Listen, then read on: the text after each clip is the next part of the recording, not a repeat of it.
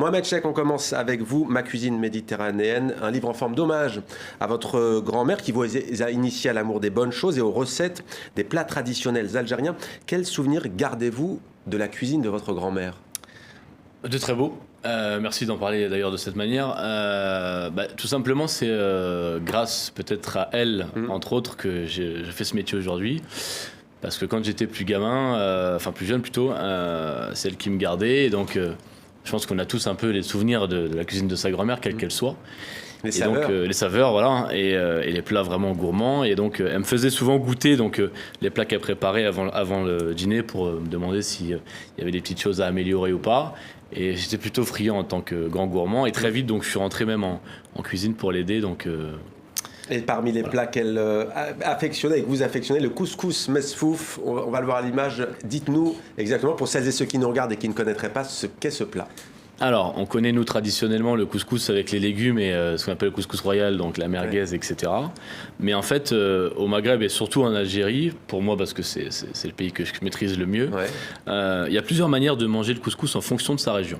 D'accord. Et moi je suis originaire de Mostaganem, donc en Algérie. Et l'Ouest, voilà, exactement. Près du Maroc. Pas loin d'Oran. Et en fait, le couscous mesfouf, c'est le couscous qu'on mange pour célébrer généralement une circoncision ou un mariage. Et donc il est fait naturellement donc dans le couscoussier, accompagné donc de raisins secs, d'œufs durs, d'amandes, et souvent donc à côté on met une bouteille de lait fermenté et des raisins secs. Donc après un peu de sucre et de la cannelle pour ceux qui aiment ça. Alors côté dessert, vous nous proposez le tiramisu à l'arabica. Là, on n'est pas côté cuisine algérienne. Non, bien sûr. Mais tout de même, il faut des desserts et il faut de la variété. Alors on va parler tout à l'heure de l'aubergine avec Nina. Caviar d'aubergine fumée également. C'est l'un de vos plats. Comment est-ce que vous trouvez votre source d'inspiration aujourd'hui ? Alors ça va être un mélange de plusieurs choses, d'inspiration des plats de ma grand-mère et de mes origines et des souvenirs que j'ai à travers les voyages que j'ai eus avec mes parents. Ça va être quand même aussi un reflet de la formation que j'ai eue auprès de tous ces pairs, grands chefs français multi-étoilés. Et après ça va être donc au niveau des voyages que je vais pouvoir faire, etc. Et des produits que je vais pouvoir découvrir. Et il est vrai que quand on est chef, on doit trouver un peu un sens en fait à sa cuisine. Et je me suis dit finalement à un moment donné que ce qui me représentait le plus, c'est vrai que c'est le bassin méditerranéen parce que je suis d'origine algérienne. J'ai souvent été en Algérie, au Maroc, en Espagne, en Italie avec mes parents. J'adore le sud, j'y ai travaillé. Et donc c'est ce qui m'inspire le plus. Et puis surtout qu'on y retrouve le soleil. Alors juste un détour à Marseille. Nina Keayan, on parlera avec vous plus longuement tout à l'heure de l'origine, de ce qui vous fascine dans ce légume, l'aubergine. Mais d'abord peut-être un conseil que vous donneriez à Mohamed Chek. Comment bien la choisir sur le marché, sur l'étal, l'aubergine? Comment elle doit être? Écoutez, je ne vais pas me permettre de donner des conseils à un grand chef quand même. Tout est bon à prendre, hein, ça va apprendre tout le monde.